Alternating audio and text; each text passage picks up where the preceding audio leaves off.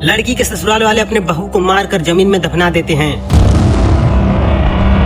और यह बात जैसे लड़की के मायके वालों को पता चलता है, लड़की के मायके वाले पुलिस प्रशासन को लेकर उस लड़की के ससुराल जाते हैं। वहां पर दफनाई हुई लाश को 3 दिन बाद वापस निकाला जाता है। तो क्या है पूरी सच्चाई आज के इस वीडियो में बताने वाला हूं, तो वीडियो में लास्ट तक बने रहना। तो चैनल में पहली बार है, चैनल को सब्सक्राइब कर लेना। और चलिए दोस्तों वीडियो स्टार्ट करते हैं। दोस्तों दहला देने वाली खबर मिर्जापुर से आ रही है। दोस्तों यह घटना मिर्जापुर के एक छोटे से गांव से है, जिसमें रमेश नाम का एक लड़का होता है और रोशनी नाम की लड़की से शादी हो जाता है। और शादी होने के बाद आदमी 1 महीने बाद विदेश चला जाता है और रोशनी घर पर ही रहती है। 1 महीने जैसे पूरा होता है, उस लड़की को रमेश के माता पिता मार कर जमीन में दफना देते हैं,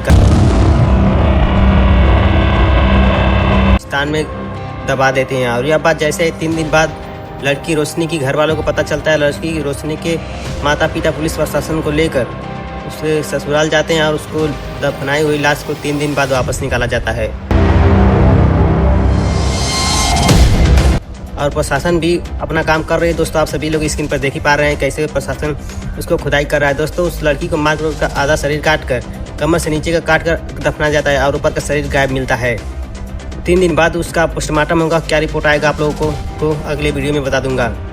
दोस्तों आप सभी लोग स्क्रीन पर देख पा रहे हैं कैसे खुदाई हो रही है। दोस्तों कब्रिस्तान में जब भी कोई लड़की का डेड बॉडी मिलता है या कुछ भी उसको तोपा जाता है तो उसका बड़ा होता है, मतलब ढोपने वाला बड़ा गड्ढा खाना जाता है। लेकिन इसका देखिए 5 से 6 फीट का गड्ढा खाना गया है, जो कि आधा ही शरीर इसमें डुबाया गया है। आप सभी लोग स्क्रीन पर देख पा रहे हैं ऐसे दर्दनाक मौत मार रहे हैं इन लोगों ने। घर वालों ने, लड़का विदेश से, अभी उसको कुछ भी पता नहीं है। उसको पता चलेगा तो उसके दिल पे क्या बीतेगा।